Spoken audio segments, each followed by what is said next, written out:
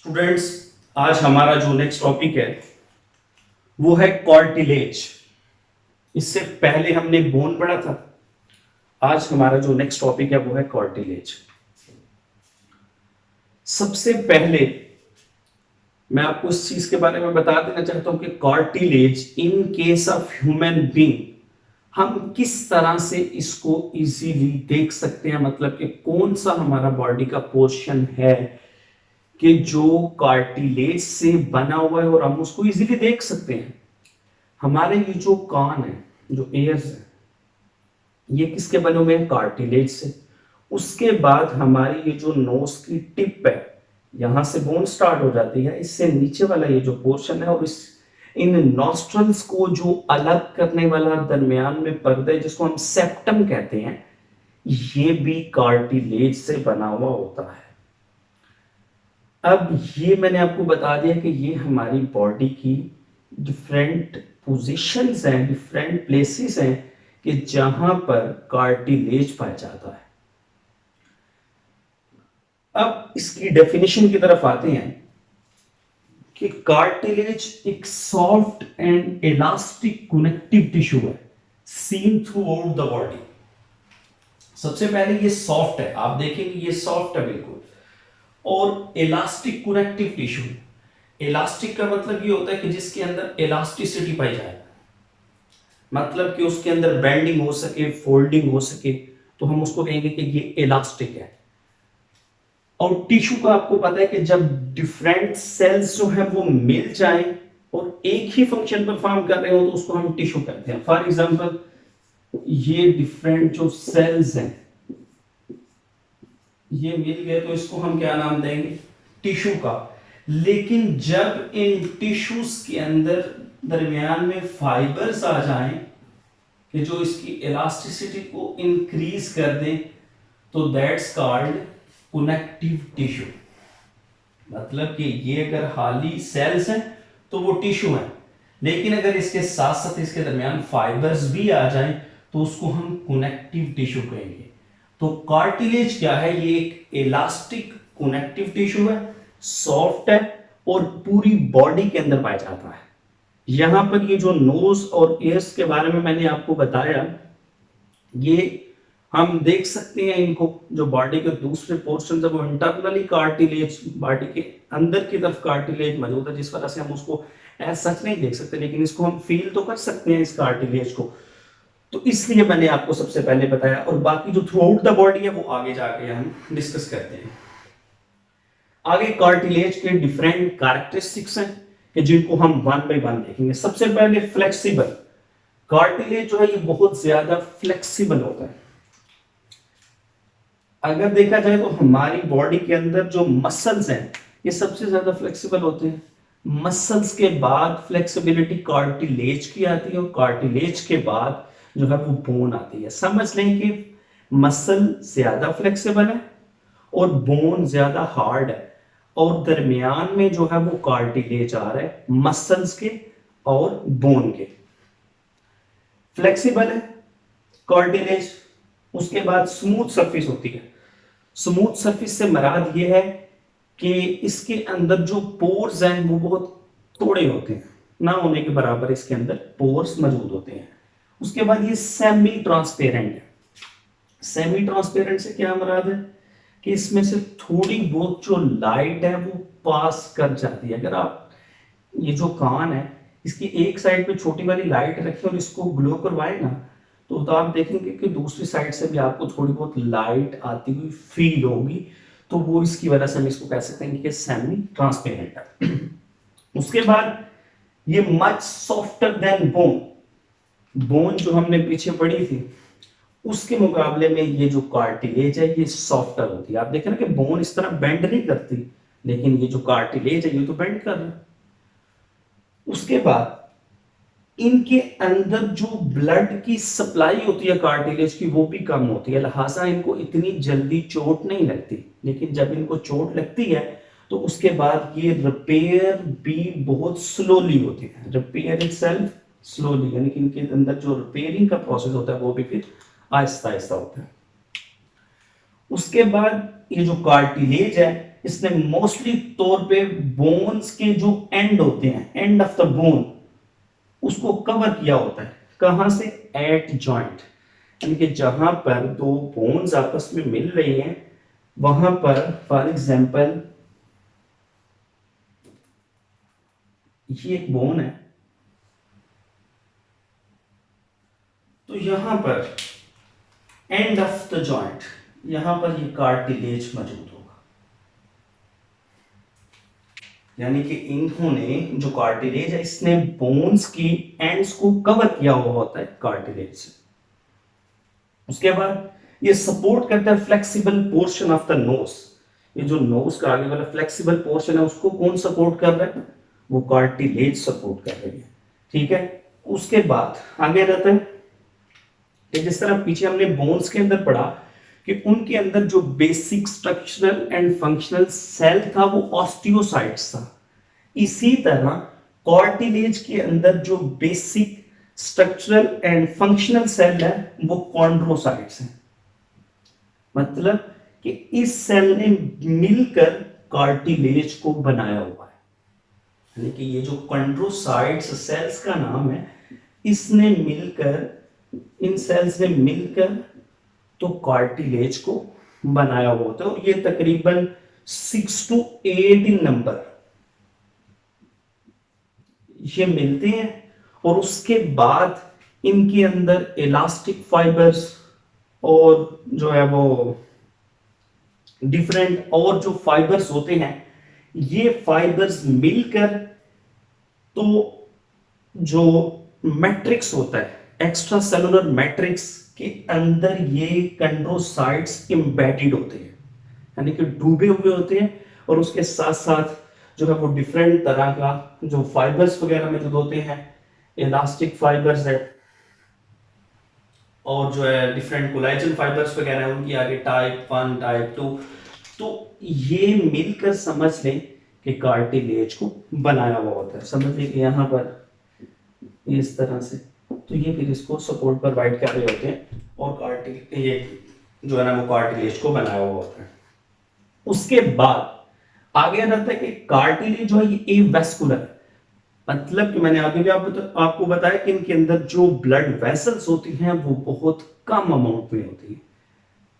ए neuron होती है, neurons की कोई इतनी ज्यादा तादाद मौजूद नहीं होती।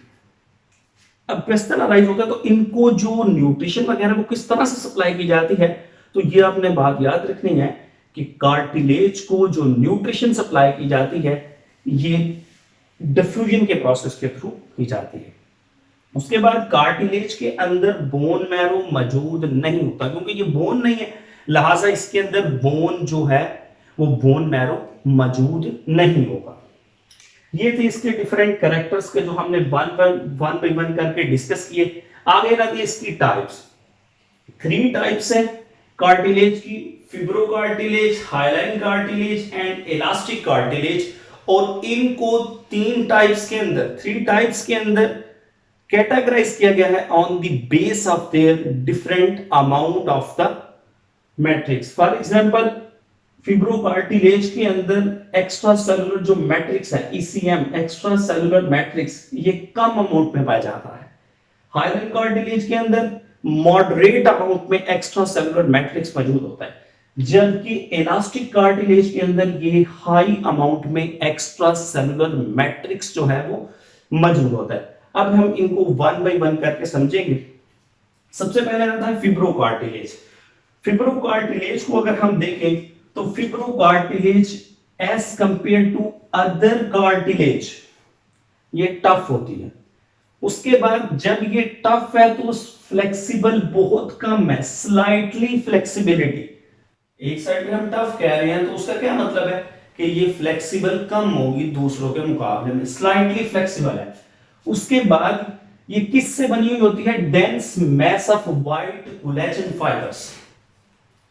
ये जो कोलेजन फाइबर्स जो ब्लैक कलर में शो किए होते हैं ना, ये व्हाइट कलर के होते हैं इन केस ऑफ फिब्रोकार्टिलेज। फिब्रोकार्टिलेज के केस में ये जो ब्लैक कलर में शो किए हुए हैं ये कोलेजन फाइबर्स हैं, और ये कोलेजन फाइबर व्हाइट कलर में होते हैं, और इसके अंदर टाइप 1 भी पाई जाती है कोलेजन फाइबर्स की और टाइप 2B पाई जाती है।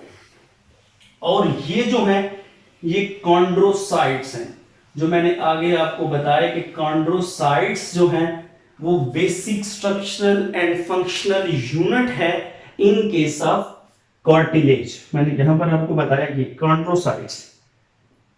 उसके बाद इनके फंक्शन की बात करें कि इनका काम क्या है, तो ये सपोर्ट करते हैं टिश्यू को इन वर्टिब्रा।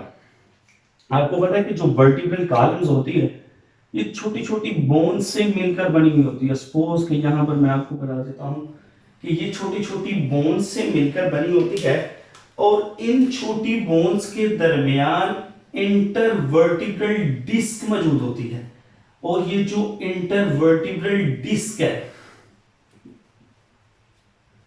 ये जो इंटरवर्टिब्रल डिस्क है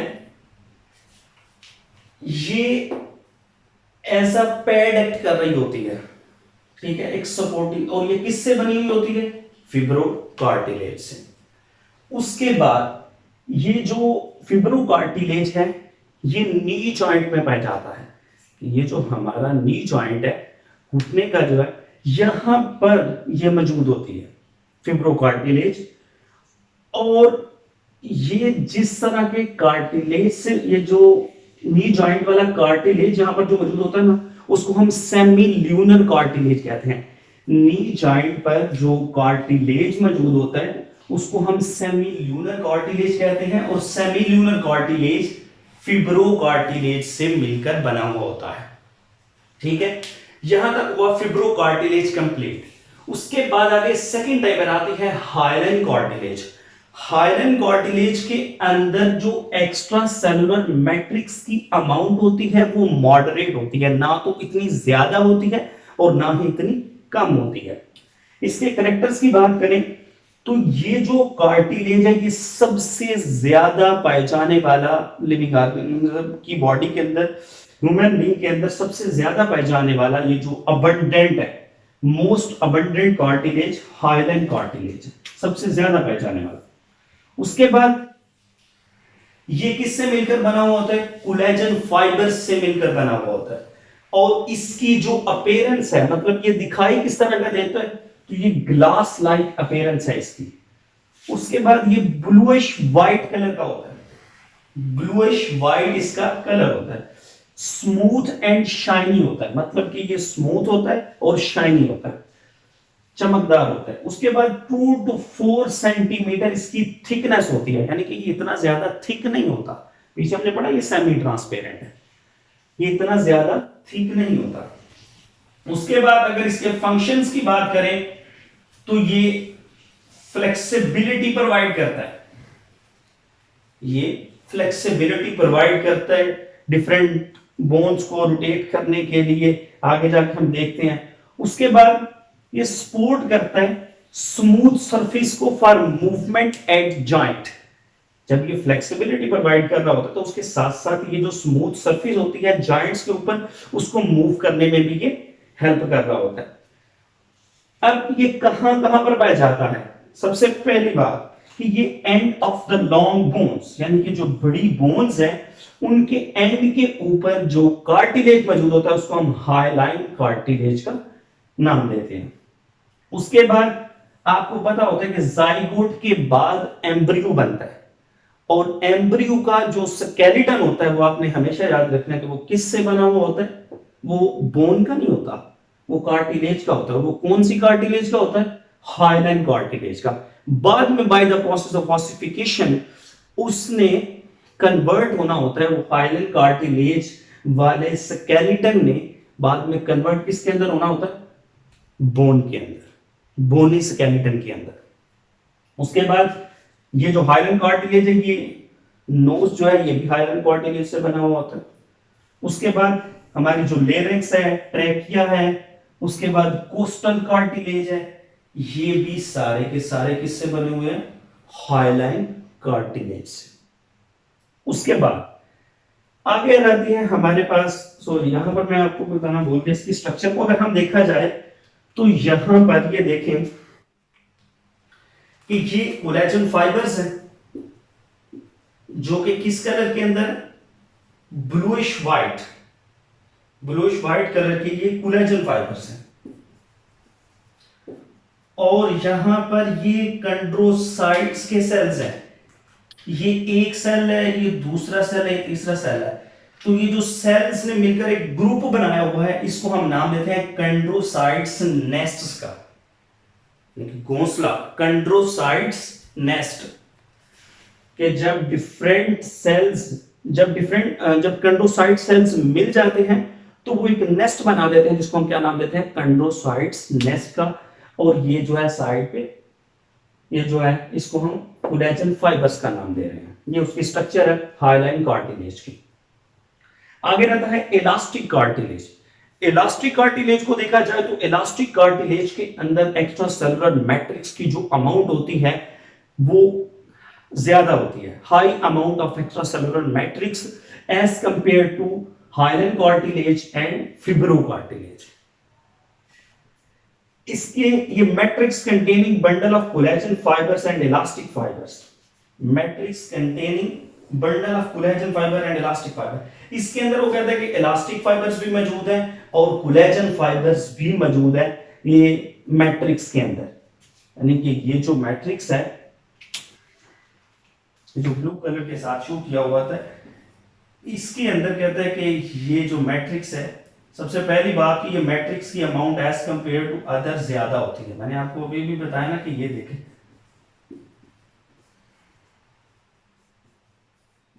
कि high amount of extracellular matrix. तो इस मैट्रिक्स के अंदर इलास्टिक फाइबर्स भी होते हैं और कोलेजन फाइबर्स भी मौजूद होते हैं। मतलब कि यहां पर ये फिब्रस एंड इलास्टिक फाइबर्स है, तो मैं यहां से इसको शो कर देता हूं कि ये इलास्टिक फाइबर और कोलेजन फाइबर्स दोनों तरह के इसके अंदर मौजूद हैं, इसके मैट्रिक्स के अंदर। और ये जो है, ये जो ग्रीन कलर से शो किए हुए हैं, ये कॉन्ड्रोसाइट्स हैं। यहां से मैं शो कर देता हूं, ये कॉन्ड्रोसाइट्स हैं। और ये जो कॉन्ड्रोसाइट्स है lies in the yellow elastic fibres, यानी कि ये येलो कलर के इलास्टिक फाइबर्स के अंदर मौजूद होती है। उसके बाद फंक्शन की बात करें तो ये सपोर्ट प्रोवाइड करता है और मेंटेन करता है शेप ऑफ द पिन्ना। मतलब कि ये जो हमारे कान का आउटर वाला, ये बाहर वाला जो पोर्शन है ना, आउटर पोर्शन, इसको हम पिन्ना कहते हैं, तो इसकी शेप को मेंटेन करता है। उसके बाद एपिग्लॉटस, आपने देखा होगा ये जो हमारी ग्लॉटस है उसके ऊपर एक ढक्कन होता है, लिड होता है, उसको हम एपिग्लॉटस का नाम देते हैं। वो एपिग्लॉटस भी इलास्टिक कार्टिलेज से बनी होती है। उसके बाद ये ट्यूनिका मीडिया ब्लड वेसल्स, यानी कि जो ब्लड वेसल्स के अंदर कंस्ट्रिक्शन और रिलैक्सेशन होती है, ये जो कंस्ट्रिक्शन और रिलैक्सेशन होती है वो ट्यूनिका मीडिया से हो रही होती है, और वो भी किससे बनी हुई होती है, इलास्टिक कार्टिलेज से। ठीक है, तो ब्लड वेसल्स की अंदर जो कंस्ट्रिक्शन और रिलैक्सेशन हो रही होती है वो भी इलास्टिक कार्टिलेज की वजह से ही हो रही होती है। और ये कॉन्ड्रोसाइट्स हैं और ये जो है ये फाइबर्स हैं। सिंपली हम कह सकते हैं, जैसा कि यहाँ पर व्हाइट कोलेजन फाइबर्स पाए जाते हैं, यहाँ पर कोलेजन फाइबर्स हैं जो कि ब्लूइश कलर के हैं, और यहाँ पर येलोइश कलर के हैं, और इलास्टिक भी हैं और कोलेजन भी है। दोनों तरह के फाइबर्स यहाँ पर मौजूद होते हैं, जिस वजह से वो इनकी हाई अमाउंट ऑफ जो है ना वो एक्स्ट्रासेलुलर मैट्रिक्स इसके अंदर पाया जाता है, और ये एक इलास्टिक कार्टिलेज है।